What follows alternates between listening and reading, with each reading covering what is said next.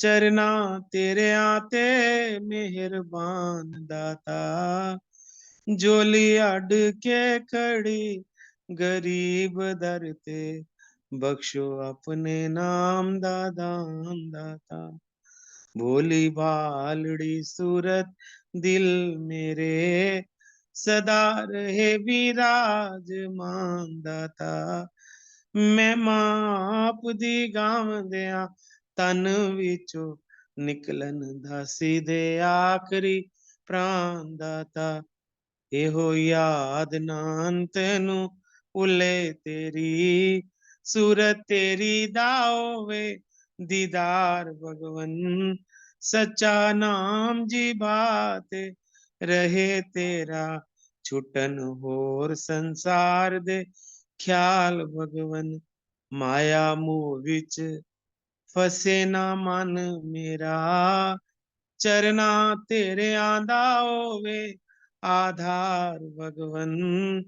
कर दियो माफ अपराध बेगिनत मेरे, दासी मंगदी पल्ला पसार भगवन।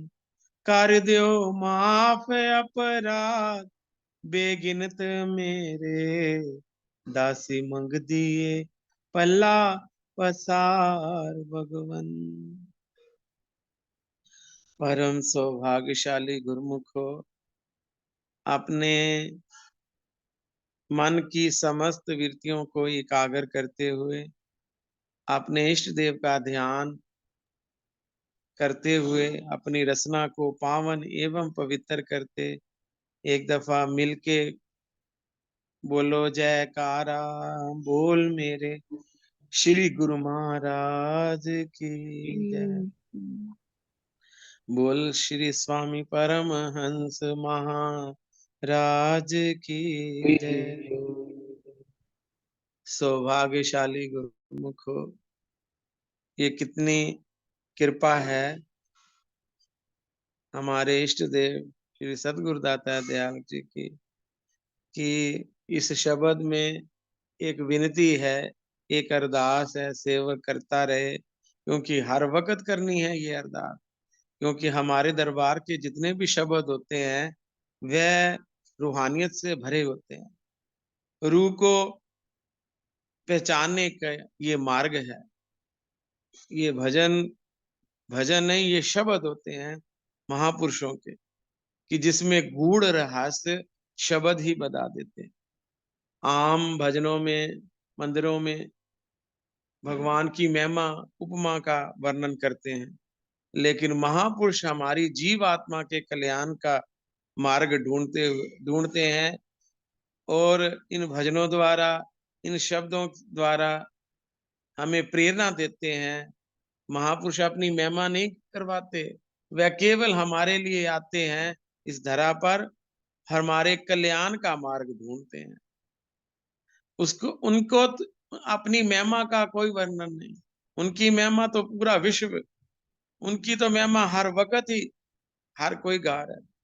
लेकिन महापुरुष चाहते हैं कि हम अपनी जीव आत्मा का कल्याण करें, हम ये समझे कि ये तन जो प्रभु की कृपा से प्राप्त हुआ है, ये किस मकसद के लिए हमें मिला है, कौन सा कार्य इसे करना है, ये समझाते हैं। और ये हमारे दरबार के जितने भी शब्द होते हैं, भजन होते हैं, कितना सुख देते हैं, कितना आनंद देते हैं। आत्मा तृप्त होती है कि ये अमृत रूहानी अमृत है। रूह की ये शिद्दत से पुकार थी, तो वो अमृत उनको मिल रहा है। ये शब्द इतनी गूढ़ रहस्य बताते हैं कि जीव की आत्मा जो है एकदम ठंडक ठंडा हो जाती है, ठंडक में उसे खुशी मिलती है, रूहानी सच्चा आनंद मिलता है। जहां पर संसार की तपश उसको हर वक्त घेरे रहती है, जब वो महापुरुषों की महिमा के भजनों को रूह के साथ जोड़ती है और उसकी आत्मा झूमती है कि ये शब्द जो हैं कितना सुख दे रहे हैं, क्योंकि ये एक रूहानी शब्द है, रूहानी भजन है। जितने भी गुरुमुख जान आप सब बोलते हो, ये सब रूहानियत के कल्याण का मार्ग है। एकाग्र करने का ये एक मार्ग है। मन को एकाग्र करने के लिए ही ये शब्द दोहराए जाते हैं, गाए जाते हैं, ताकि ये मन विचलित ना हो और भटके ना। उसको काबू करने का ये एक सरल सुगम साधन है कि जो इसमें डूबेगा, इसमें गोता लगाएगा, वही अपना तृप्त होगा, वही शांत में हो जाएगा, वही सुख में हो जाएगा। क्योंकि ये अरदास गुरुमुख कर रहे हैं कि कभी भी हमारी पकड़ी बाजू छोड़ना ना, क्योंकि हम पकड़ेंगे तो हमारा तो हाथ ही कमजोर है। इसलिए प्रभु आप पकड़े रखना हमें, हमारी भुजा, हमारी बाजू को आप पकड़े रखना, क्योंकि आपकी भुजाओं में बहुत सारा बल है। क्योंकि हम रोज कहते भी हैं, मैं निर्बल अति दीन हूँ, तुम समर्थ बलवान, सब विधि मम रक्षा करो, दीन बंधु भगवान। बिरद संभारो नाथ जी, शरणागत प्रतिपाल, बहा गहे की लाज है, मेरी करो संभाल। कि मैं तो दीन हूं, निर्बल हूं, मेरे अंदर कोई ताकत नहीं है। आप समर्थ हो, बलवानों के बलवान हो। अगर आप मेरी बुझा बाजू पकड़ लोगे तो जितने मर्जी तूफान आ जाएं, मुझे ये कुछ भी मेरा बिगाड़ नहीं सकेंगे। क्यों? क्योंकि मेरी बाजू उसने पकड़ी है जिसका सारा ये विश्व रचाया है। तो इसलिए हम ये अरदास करें, मेरी बाह पकड़ ले बीठला, कि हे प्रभु, मैं कमजोर हूं, मैं इस संसार के जकोलों में, मेरी पकड़ी हुई आपकी बाजू छूट जाएगी, क्योंकि संसार के अंदर बहुत सारा गम छुपा हुआ है, बहुत सारे ऐसे ऐसे हैं कि जो मेरे को आपसे तोड़कर संसार में जोड़ना चाहते हैं। इसलिए मेरी बाह अगर आपने पकड़ी होगी, जो मर्जी जितनी मर्जी ताकत लगा ले, तो मेरी भुजा नहीं, मेरी बाजू छूटेगी नहीं। क्योंकि जब पिता बाजू पकड़ता है तो कस के पकड़ता है। कि अगर बच्चा पकड़ेगा तो हल्का हाथ रखता है, तो मेले के अंदर खो सकता है, खोने का अंदेश है, क्योंकि मेला है, भरा हुआ है। क्या लगे, जब एक मेले के अंदर एक पिता अपने पुत्र को साथ गए मेला देखने के लिए, तो जब बच्चे ने बाजू पकड़ी हुई थी पिताजी की, हाथ पकड़ा हुआ था, तो मेले में अति सुंदर वस्तुएं थी और रोशनाई भी खूब थी। हर जगह पर चकाचक चकाचौंध थी, बहुत ज्यादा, बहुत सारे पदार्थ बने हुए दुकानें थी, बहुत बहुत सुंदर सुंदर व्यंजनों की, बहुत बहुत अच्छे पदार्थों की, हर प्रकार की सजावट का सामान, हर प्रकार की, क्योंकि मेला था ना, हर वस्तु हर दुकान वहां खुली हुई। बच्चा आनंद में है, सुख में है, मेले का भरपूर आनंद प्राप्त कर रहा है, हर तरफ देखता है तो मुस्कुरा रहा है, खुशी से झूम रहा है।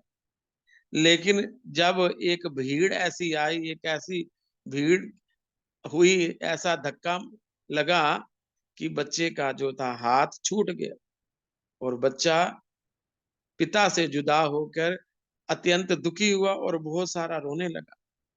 जब वो रोने लगा, खूब दुनिया इकट्ठी हुई भी, कौन सा बच्चा किसका खो गया।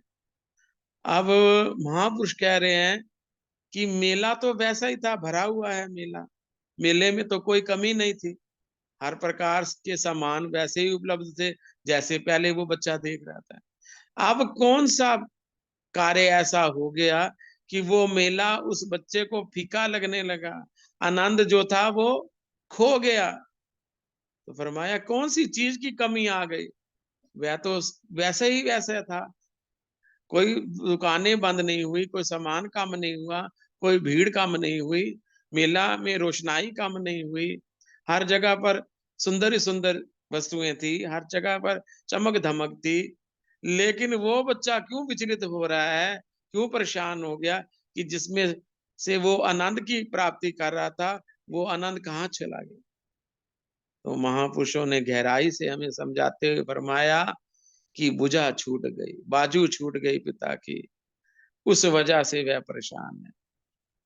तो आप सब विचार करें, हम सब, कि हमारी बाह कब से छूटी हुई है।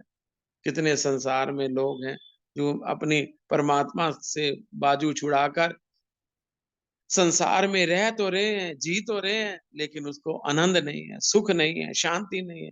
उनको ये समझ नहीं आ रही कि हम परेशान और दुखी क्यों हो रहे हैं, क्या कारण है। इसमें तो संसार में तो कोई कमी नहीं है, हर चीजें बढ़ के बढ़ती, बढ़ से बढ़, सुंदर से सुंदर आ रही हैं। साइंस ने इतनी तरक्की किया, क्या क्या पदार्थ बना दिए हैं उन्होंने, क्या क्या सामान बना दिया है, फिर भी इंसान इतने कुछ होने के बावजूद भी दुखी और परेशान रह रहा है। कारण नहीं ढूंढ रहा कि कारण क्या है, कि परमात्मा को भूल गया है। कहते भूल गए हैं लोग फिक्रे, खुदा को भूल गए हैं लोग फिक्रे रोजी में, रोजी रोटी की चिंता में खुदा को भूल गए। खुदा को भूल गए हैं लोग फिक्रे रोजी में, रिजक के ख्याल में राजिक को भूल गए। केवल रही रहा, आए कहां से ये काम बने, क्या करें। जिसकी बदौलत से मिलना था उसे ही भूल के तो ये सब सामान कैसे सुख देंगे। गुरुमुखो, सुख देने वाली जो वस्तु है वो तो परमात्मा का नाम था, वो तो उनका सच्चा बख्शा हुआ नाम और उनका सत्संग था जो सुख देने वाले था। उसी के अंदर हमने हाजिरी नहीं लगाई। आम संसारी इसी कारण दुखी है कि उनको सत्संग नहीं मिल रहा, उनको परमात्मा की संगत नहीं मिल रही, परमात्मा का पता नहीं चल रहा। इसीलिए भाग्यशाली आप हो कि आपको वक्त से पहले ही, वक्त रहते हुए ही आपको श्री परमहंस दयाल जी महाराज जी मिल गए, जिन्होंने हम सबको अपनी शरण में रखा और हर दुख तकलीफों से बचा रहे हैं, हर सुख हमारी झोली में डाल रहे हैं। बस हमारे से कुछ और नहीं कहते, केवल वही कह रहे हैं जिससे सुख ये सदा बना रहे, वो काम हमें कह रहे हैं कि खाओ पीवो लेवो आनंद, बात ना भूलो एक, पांच नियम गुरुमुख नित करे, चाहे बाधा आए। कि इस कार्य के तरफ हम सब हर वक्त लगे रहे। कहते सुबह शाम जिसको तेरा ध्यान है वही भाग्यशाली इंसान है। दुनिया में कोई धन पाकर भाग्यशाली नहीं है, परिवार बनाकर भाग्यशाली नहीं है, रिश्तेदारों से मिलने से भाग्यशाली नहीं कहला रहा। महापुरुषों ने कहा भाग्यशाली वो हैं जिनको संत महापुरुषों की संगत मिल गई है, जिनको विवेक की आंख मिल रही है संतों के द्वारा, कि हम अपनी भुजा को, अपनी बाजू को श्री परम दयाल जी से बेनती करें कि मेरी बाह पकड़ ले बिठला। हे प्रभु मेरी बाह आप पकड़ लो, फिर काहे की चिंता और काहे का गम, क्योंकि तू समर्थ है, तुम समर्थ अति, तू समर्थ है, बलवानों का बलवान है। इसलिए अगर आप पकड़ोगे तो फिर कोई चिंता नहीं रहेगी। जब तक उस बच्चे को पिता नहीं मिले मेला फीका रहा, जब पिता मिले, पिता ने बाजू पकड़ी, ढूंढ लिया अपने बच्चे को, तो वो सारे गम चिंताओं से बच्चा मुक्त हो गया, तो मुस्कुराने लगा, आनंद में झूमने लगा, पिता की को गला पाने लगा कि पिताजी मैं आपसे बिछड़कर अति दुखी हुआ। तो हम सब भी इसलिए परेशान हो जाते हैं कि जब हम मालिक को भूल जाते हैं, उससे बात छुड़ा लेते हैं। संसार इसलिए परेशान है, इसलिए दुखी है कि वो अपनी बाजू पकड़ा नहीं रहा, वो उनको पकड़ा रहा है जो दुख दे रहे हैं, जो कभी भी सुख नहीं देंगे, जो कभी भी किसी को मंजिल पर नहीं पहुंचाएंगे, कहीं भी राह तक राह में ही छोड़ जाएंगे। उनको बुझा क्यों पकड़ाएं, उसको अपनी बाहें क्यों पकड़ाएं, उसको पकड़ाएं जो कह रहा है कि मैं तेरा लोक और परलोक का साथी बनूंगा, तेरे लोक में भी कार्य संवारूंगा, और जब तू इस जहां से जाएगा तो परलोक भी मैं ही संवारूंगा। ऐसे दयालु, ऐसे कृपालु, ऐसे दया के सागर परमहंस महाराज जी हमें मिल गए हैं। ऐसे करुणा निधान सुख देने वाले मालिक मिल गए हैं, तो क्यों ना हम अपने उस कार्य में लगे जिस कार्य में मेरे प्रभु खुश हो रहे हैं। पिता अपने बच्चे पर तभी प्रसन्न होता है जो बच्चा लायक बन जाता है। तो हम सब भी अपने परमहंस महाराज जी के सेवक हैं, वो हमारे परम पिता हैं, हम उन भी बालक हैं, तो हम सबका भी फर्ज है कि हम अपने माता पिता की प्रसन्नता को प्राप्त करें, अपने परमहंस दयाल जी की खुशी को प्राप्त करें, वो कार्य करें जिससे उनको खुशी मिलती है। इसीलिए मुख मोड़ी ना मेरे आसाइयां, छड़ी ना मेरी बाह पकड़ के, कि अगर आपने पकड़ लिया तो कभी भी छोड़ना, ये मेरी विनती है, मेरी पुकार है आपके श्री चरण कमलों में, कि जो मर्जी हो जाए आप मेरी भुजा ना छोड़ना, मेरी बाजू ना छोड़ना, क्योंकि मैं तो हर वक्त गु गुणों से नहीं अवगुणों से भरा हूँ। आप ही हो जो गुण देते हो और अवगुणों को दूर करते हो। हमें आपकी शरण संगत सदा के लिए मिलती जाए, इसीलिए हम ये दुआ करते हैं कि प्रभु जितने भी हम सब आपके सेवक हैं, जितने भी श्री अनंतपुर दरबार के सेवक हैं, वह सदा ही श्री गुरु महाराज जी की श्री आरती पूजा में मन लगाएँ, दोनों समय बड़े भाव के साथ करें। क्योंकि ये आरती पूजा पहले ही कह रही है कि जो गुरु की शरण में आ गया, अपने पिता की शरण में आ गया, तो फिर दूसरी लाइनों में क्या बताते हैं? आप पाप त्रैताप गए, जो गुरु शरणी आए। कितनी सुंदर बात कह रहे हैं, कितनी सुख देने वाली बात कह कि आपके समस्त दुख, तकलीफ, रोग, आने वाली बीमारियां सब दूर हो जाएंगी, जो श्री गुरुमय के चरणों में चले जाएंगे। आप पाप त्रैताप गए, जो गुरु शरणी आए, गुरा जी से लाल अमोलक तिस जन ने पाए। कौन से लाल? भक्ति के लाल, वो हमारी झोली में सुख देने वाले लाल श्री परमहंस दयाल जी हमें हर वक्त देते हैं।